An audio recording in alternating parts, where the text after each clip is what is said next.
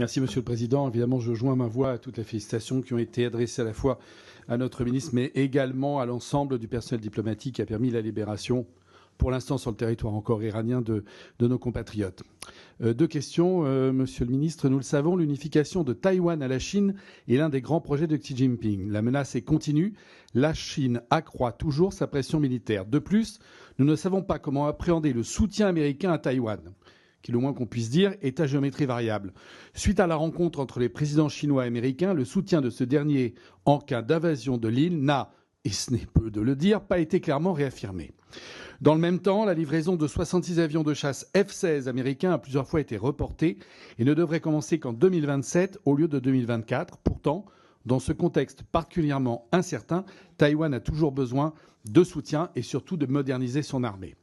Il est donc à nos yeux nécessaire que la France soutienne pleinement Taïwan. Première question, Monsieur le ministre, selon vous, peut-on davantage entretenir nos relations de coopération avec Taïwan ? Si la Chine continue de mener une guerre d'influence autour d'elle, elle le fait également au niveau mondial et elle n'est pas seule. Il est donc nécessaire que la France puisse continuer à mener ses missions dans le monde.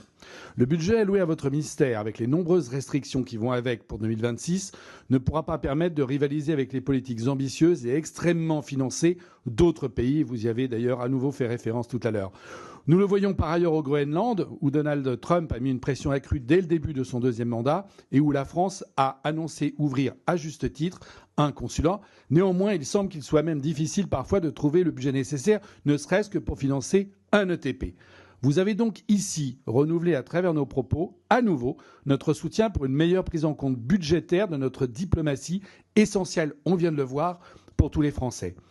Dans ce contexte, comment votre ministère pourra-t-il défendre nos valeurs, nos concitoyens et nos intérêts dans le monde avec ce PLF 2026, alors qu'on le voit, elles sont tous les jours bafouées et agressées ? Je vous remercie. Merci, monsieur le député. Monsieur le ministre. Merci, Monsieur le Président.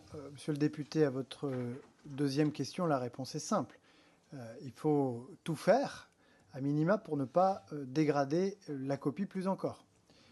Comme on a eu l'occasion d'en discuter lors de la toute précédente audition consacrée au projet de loi de finances 2026, sur les 5,9 milliards d'euros en loi de finances initiale 2025, nous en rendons 434 millions pour aboutir au crédit prévu au projet de loi de finances 2026, ce qui a demandé ou sollicité des efforts importants de notre part.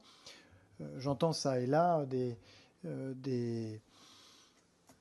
intentions d'aller solliciter plus d'économies encore. Il va de soi que des projets tels que ceux que vous avez cités, par exemple un consulat au Groenland qui ne représente pas une somme très significative, mais qui a une vocation d'influence majeure, nous devrions alors y renoncer, ainsi qu'à d'autres projets qui touchent à la sécurité de nos compatriotes. Donc je dirais priorité des priorités, ne pas dégrader la copie.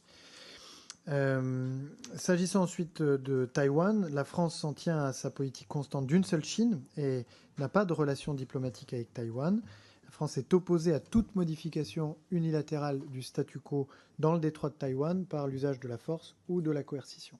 Et ceci est compatible avec le développement d'un dialogue régulier et de coopération riche et diversifiée avec l'île, coopération dans des secteurs clés, énergie, batterie, semi-conducteurs, intelligence artificielle, s'inscrivent dans notre stratégie de réindustrialisation au service de notre compétitivité et de notre souveraineté. C'est par exemple le cas du projet d'investissement de 250 millions d'euros entre Thales, Foxconn et Radial dans le domaine des semi-conducteurs qui a été annoncé lors du dernier sommet Choose France. Ça vous va, monsieur le député ? Très bien, merci.